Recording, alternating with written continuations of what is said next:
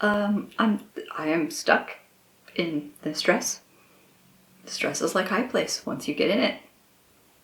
There's no getting out.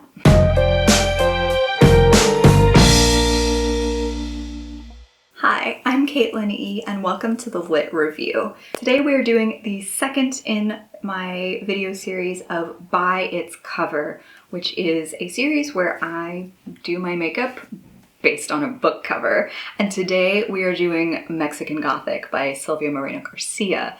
I really love makeup as much as I love books, even if you don't fully see it on this channel, and I'm so sorry for the spoilers on my face. So I usually like to talk through different portions of the book that I liked while doing my makeup and walk you through like what inspires me, because I think cover design is one of the most important parts of the book buying process in a lot of ways, because we really do choose books sometimes by their cover, and a good cover can be the deciding factor in the yes or no of why you do or don't pick up a book. But of course I'll be talking a lot about the bookish content too, and you can kind of see where we're headed today. This is the look, so make sure you stay watching if you would like to see how I got here. But more importantly, we're going to be talking about Mexican Gothic. I gave it a 4.5 star rating in my August wrap-up, which I will link up here if you'd like to see my full overall review of the book. And I know this is getting a lot of hype on BookTube right now, but I can promise you that it's justified. If you are looking for a like eerie, creepy thriller with a dash of historical glam for this fall, look no further than Mexican Gothic. This is probably well and truly one of my favorite books of the year. It was definitely my favorite book of August that I read, so I'm just really excited and inspired to bring you this video and to talk more about this book. I also take it as a personal challenge that this book has Christmas colors, and I decided to do that on my face and without making it look hopefully too Christmassy. Although at the same time, who knows, if you love this, like do this for the holiday season, you know, you do you. So I do want to take the time to thank the publishers at Del Rey for sending this to me. I have never had a book sent to me by a publisher before, so this is baby's first publisher send, but I am just so grateful and am blown away by the fact that this book genuinely became a favorite. I'd also like to thank Besame, because they are the wonderful makers of this lip color right here. And you'll be seeing this in the video as well. They sent this to me because Wild Orchid, this gorgeous stunner of a lip shade, is the shade if you want to get the Mexican Gothic look. But I also want to make it really clear that this video is not sponsored. I am not paid for my time here. This is all me and my foolishness on my face, and I really genuinely love this book and the lipstick that I'm using. But I also just wanted to be transparent with you about that in terms of what was given to me, but I was not at all paid for my opinions or for my usage of either of these items. I'm just a very happy customer, as it turns out. So without further ado, let's get into doing my makeup by its cover. Why hello. So yeah, this is the more up-close version of my face. I don't have any makeup on right now, obviously, but I am moisturized and clean-faced as I touch my face like a maniac. Our inspiration is Mexican Gothic by Silvia Moreno Garcia. This is just like such a compelling cover to me, even though I think it'd be really easy to dismiss like this rich burgundy and the mossy green as being kind of like gothy Christmas. That's kind of the color palette that we're gonna play with today, because it is so like eerie and dark and impactful and really, really suits the book. So I'm gonna be playing with some of these like foresty and mossy greens, this like deep, rich burgundy, and maybe there's also these like marigold accents on the cover design. She's even like holding some flowers down here. So we'll see if we can get that into our look as well. And then again, I will be doing my best to discuss the book with you as well as we go along. But I'm also gonna try really hard not to do any spoilers because I really want you to be able to read this book and enjoy it. Please know that I am not a makeup artist. I'm just somebody that watches a whole mess of YouTube. I'm gonna start with my eyes because I always think that's the fun place to start with my makeup. And I'm gonna be, for this overall look, Mexican Gothic is set in 1950s Mexico. So while I'm not gonna try to like replicate a 1950s face per se, I'm actually gonna go more inspired by the title of the book. So a modern Gothic is what I'm gonna go for, like with a vintage twist. So like maybe a little grungy, a little bold with the colors because of the cover I'm using. But that's the vibe I'm hoping to go for. I'm gonna start with primer. I use Smashbox's 24-hour photo finish primer on my eyes. It is my favorite. Also, sorry if there is still glitter on my face from yesterday. It doesn't go away, so you know. So this is from the Huda Beauty Emerald Obsessions palette, and I think I'm gonna use this like really mossy taupe kind of color on like just the brow bone here, like kind of that crease space. So I just wanna kind of like scratch that in and start to build a shape. Okay, I'm definitely gonna have to come back in with that shade at some point. And again, I'm really just trying to hit this like kind of tonal family of those like kind of subdued mossy greens. There's still brightness to them though. And I really do want to go for something that's a little like more grunge because I feel like not only does it have some of those vibes as a book cover, but the book itself has this eerie, decrepit feeling to it that like really I think lends itself well to a kind of modern grungy smoky eye, and just like that sense of decay. And I'm really being careful with my words because I want to use a specific word that I just frickin' can't, otherwise it would tell you the big twist of the book, and that's not okay. This is part of the Ace Beauté Flare palette, and this is the shade Moss, which feels kind of appropriate. Yeah, I'm gonna have to build this color up to get the payoff I'm looking for, but that's okay. With this kind of intense color, I would rather be here for a while than not. So one of the things I actually really enjoy about the novel, especially because it has so many of those like creepy Gothic vibes, is the way that Sylvia Moreno Garcia focuses on Noemi's clothes, and even like the wallpaper in the house. There's like an ornate sense of detail to it, and for somebody who's really interested in those kind of details in life as well as in my books, like that was really rewarding for me to see and read about. And it also, when things got creepy in the house, you had such a clear vision of what that creepiness looked like. Okay, so I think that's roughly the shape I'm going for. Okay, so that's the base. I haven't decided yet what else I'd like to do, because again, going back to my main text here, there's kind of like that mossy green, and then there's a slightly deeper, darker foresty green. So I don't know what this needs, like what this look needs. I didn't plan any of this beforehand, clearly. It's, shade Envy by Makeup Geek. You can kind of see that there. It's got a little bit of a sheen to it, but isn't super shiny.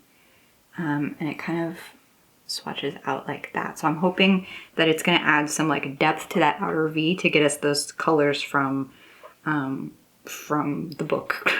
Yeah, so I'm just gonna like go in and tap in that outer V. And part of why I wanted to do a cover makeup look with this book in particular is that I felt like it really kind of honored, in a way, Noemi, and because she is a socialite in 1950s Mexico City. When we first meet her, the initial impression you get of her is kind of one that you see through her date And then by extension, when she comes home from that date from her father, and kind of like she seems flighty, like she can't land on a costume for this costume party, and her date is frustrated because he tried to match her and it didn't work out. And then when she gets home, summoned home by her father, he also hints at her flightiness, and because she won't decide what she wants to major in, or has switched her passions multiple times. And basically this isn't really spoilery because it's within the first like 20 pages of the book. Her father wants Noemi to go check on her cousin Catalina, who married into the Doyle family, and he basically bribes Noemi by saying, if you go check on your cousin, you can go get your master's degree in anthropology. Like, but he kind of says it like, I'll fund this flight of fancy that you have, because he doesn't really think she's gonna stick with it. So you get that she's just like this beautiful, flighty person really early on in the novel. But I feel like as her characterization develops and as we get to know her, she's one of the most steadfast people. Like she is aware of what other people think about her and is willing to use it to her advantage. And also she may have been sent on this mission by her father, and she definitely thinks like, I need to complete this so that I can get my degree that I want. But she's also like so resolute and doesn't want to abandon her family member. So I feel like it was a really masterful move and bit of character development to have that be like the initial introduction, and then like what for the rest of the novel, when you're in Noemi's perspective, you see her like push against or utilize those expectations in really interesting ways. And so because of that veneer of the like 1950s socialite, I felt like doing a makeup look would kind of like, again, honor her craftiness and honor her like love of glamour. So this is like not where I'm going to leave my eye look, but I think I need to focus on getting the rest of my base and face down before I can continue to like blend this. From what little bit of research I did, the 1950s was much more of like a matte, like no oil, like a matte, natural glow perhaps, but like that was just supposed to be because of your good health. But it was much more, you would see like pancake makeup. You would see, sometimes makeup would be described as like a mask in the 1950s. So I'm gonna go for more of a like satin finish or more of a matte. And so I'm just putting on some primer. I used the Fenty Beauty primer. So I'm gonna use Lancome's Tainty Doll foundation. I never know if I'm actually saying that correctly. Story of my life. And then I'm using a Juno & Co. sponge that I have slightly moistened. I like this particular sponge for this foundation because it can go on like really thick, and other sponges or brushes kind of just seem to soak up this foundation. But I also think it's gonna give us that like 50s vibe that I'm going for. Noemi's makeup isn't described a ton. I think like the shade of her lipstick, and at one point like that, like a really vibrant shade of lipstick similar to the cover, is described. But you can tell based on the way she describes her clothes and her shoes. She goes everywhere in high heel shoes, and some of the stuff that she was accomplishing in this book, I'm like, are you for real? Because there's no way. I can barely walk a straight line in high heel shoes. What are you doing traipsing about the woods? But if that was like your norm, then you probably wouldn't think anything of it. So who am I to judge? But you can just tell that Noemi's like into fashion and really kind of she considers it like a weapon in her arsenal. Like she is going to like use her beautiful taffeta dresses and as part of like what's going to help her get through any different situation. I don't know, I liked her characterization so much because I got to have like some kind of girlier moments with her, but also like she was so strong and interesting and capable and just like wasn't gonna take crap from anybody. Like she dealt so well. So like I've mentioned in my wrap-up video that like the Doyle family are serious Anglophiles. They live in Mexico, but they are obsessed with England and keeping their bloodline like more English oriented. And they even imported soil from England to plant their gardens and stuff like that. So like they are very serious Anglophiles. And so the kind of patriarch of the Doyle clan, his name is Howard, and he's very old and very creepy. And I say creepy because he, like, when he first meets Noemi, like, he talks basically straight up about eugenics, which is a word that Noemi uses to describe it. But it is basically an anthropological justification of racial superiority and inferiority. And she finds a lot of, like, texts in the house to support that logic. So like, and she, being a student of anthropology, is like hyper aware of that and like can engage with it, but it was just like, it was such a well-written microaggression. But she just deals with Howard so well and like pushes back using her knowledge, her smarts, by, you know, like quoting other anthropologists and challenging him. And she won't let something like that stand, especially because she mentions, I'm gonna probably mess up the pronunciation. I tried to look it up, but she, her grandmother or her great grandmother is, I think, mestiza.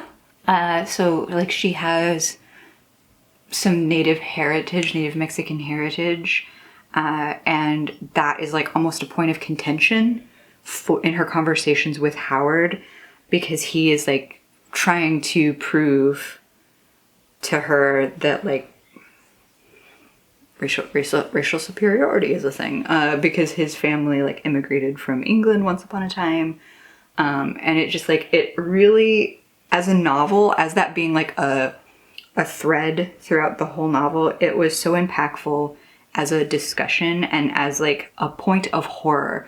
If you watched the movie Get Out at all, I feel like that some of the conversations that Noemi has with the Doyles have very similar vibes to that, like once the horror of Get Out is revealed, like it really rang true and had some very similar feelings to me as a reader and as a viewer. So if you like Mexican Gothic, try Jordan Peele's Get Out, or vice versa.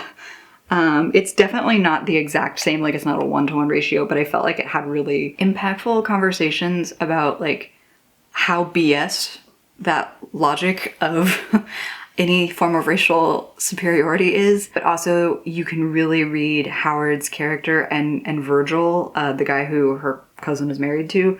There's like such a dialogue of the patriarchy and how Noemi is like not interested in dealing with that at all. I just thought it was really, really well done because it still felt like it was having a modern conversation despite being set in the 1950s.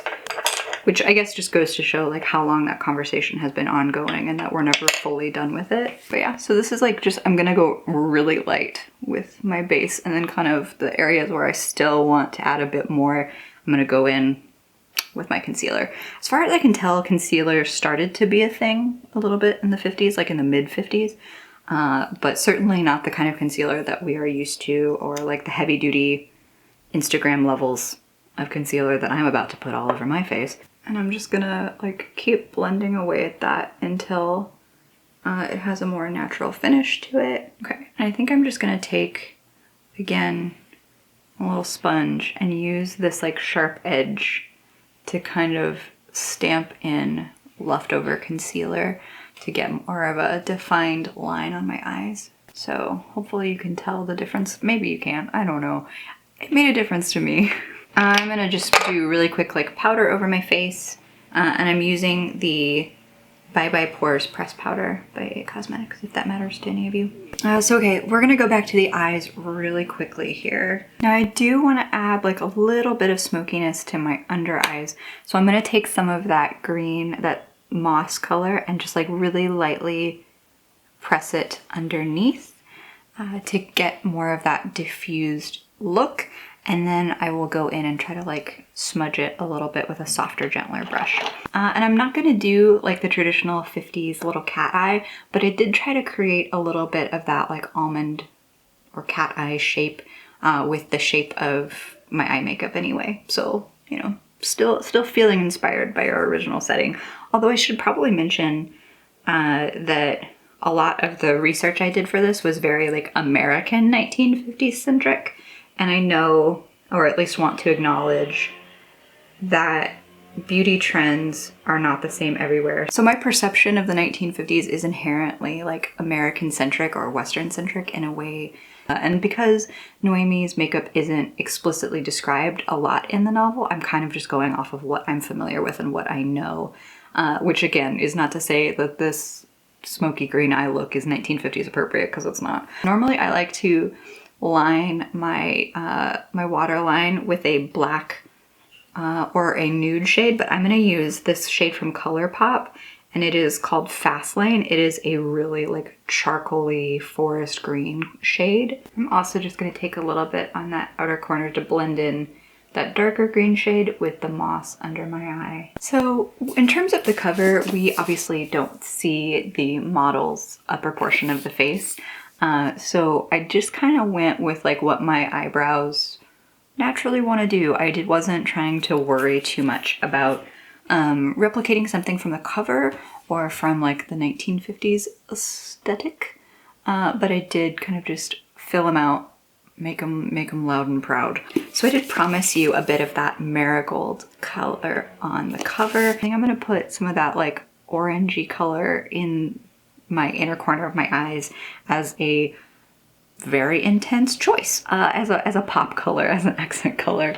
ColourPop's Not Okay, and so you can see how pretty that color is. Because the cover just has that like little hint of that marigold color, and this is maybe a little bit more orange, fiery orange than the cover itself, but taking some liberties here. There. So it's just that little hint of orange in the inner corner. It's got just a little bit of shimmer where everything else is really matted down to get you that feeling of, I don't know, I associate these kind of green tones with that feeling of like grunge, decay, which really does, I think, fit the vibe of the Doyle House High Place, as well as just like the eerie quality that carries through so much of Mexican Gothic. The best part I saved for last, and that is the lips. You can see here on the cover that the model, who is, you know, supposed to be, I think, Noemi, has really just like a dark lip color, but I think I'm gonna take more of my cues from some of the highlights in the burgundy dress. And that is where our lipstick comes into play. So I'm gonna be using Besseme's Wild Orchid. You can see how actually that's quite a vibrant color, but it still fits really beautifully with the colors here on the dress, as you can see. And again, big thank you to Besseme for sending me Wild Orchid. It is apparently the color for American Gothic. I am going to line my lips, and the only dark liner I have is ColourPop's LBB, but it actually, I think, matches pretty well as a shade. So there's the liner. It's like slightly darker. I don't normally talk makeup a ton on this channel outside of these type of videos, but Besame actually makes my favorite color of red lipstick. Victory Red is one of my all-time faves. So if you've ever seen me wear red lipstick on this channel, the odds are pretty good that it is a Besame lipstick because I just think they stay really well. And if you're a vintage enthusiast, you should really be checking out their products. Wow. I feel vampy. Look at that beautiful color payoff. Okay, so that I think is the final look. I stepped off camera to put on my lashes and to reapply my lipstick because in trying to put my lashes on, I smeared it all over half my face like I was trying to replicate a Joker or Harley Quinn look, not this beautiful cover. So I had to fix it.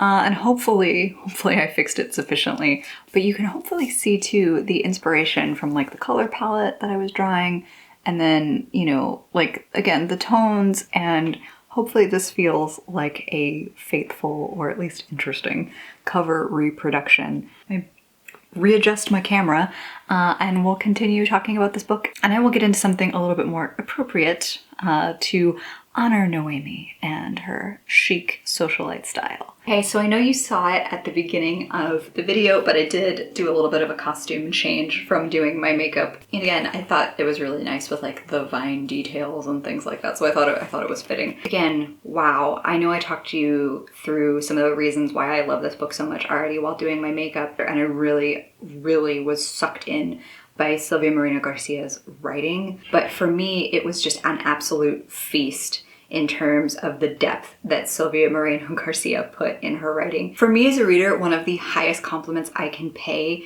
is that as I'm reading it, I feel like the writing is cinematic, because I don't know how you all, you know, visualize the books that you're reading, but when I do, I picture it as like a TV show or a movie in my mind, and really masterful writers can beautifully illustrate those details and create a whole world for me that I as a reader get to explore in the same way that I would a movie or a TV show. And I feel like Silvia Moreno Garcia as a writer does that so beautifully. Like, I understand, I have a visual sense of this world and its characters so starkly, and I really love this book. So again, like, hi, please read this. But also, it inspired me to want to do something with my makeup today to get at kind of the power and the seduction and the decadence and, you know, even the decay of it, because these like really mossy tones on my eyes remind me of the environment of this book. Again, I tried so hard not to be super spoilery. I am just enamored with this. I think I've said that enough times, but wow, please check this out if you haven't already. Even if you're not the kind of person that normally thinks of themselves as a gothic horror thriller reader, I would say that for somebody who self-identifies again as a chicken, this book was so good. This book was the right level of creepy and eerie and atmospheric without causing me psychological distress. So that's the line I prefer to walk when it comes to these kind of books. And it really inspired me to pick up more of Moreno Garcia's writing, as well as maybe more within this genre. We'll see. And I hope you enjoy it as much as I do. So if you have already read Mexican Gothic, let me know down in the comments below, because I would love to chat with you about it. And if you haven't read it, might I suggest this book? And maybe also this lipstick. So that's my read on the Buy This cover for Mexican Gothic. Thank you for spending the time with me. I hope you have a fantastic reading day. Like and subscribe if you would like to see more of me or this channel, and I'll see you in the next one. Bye!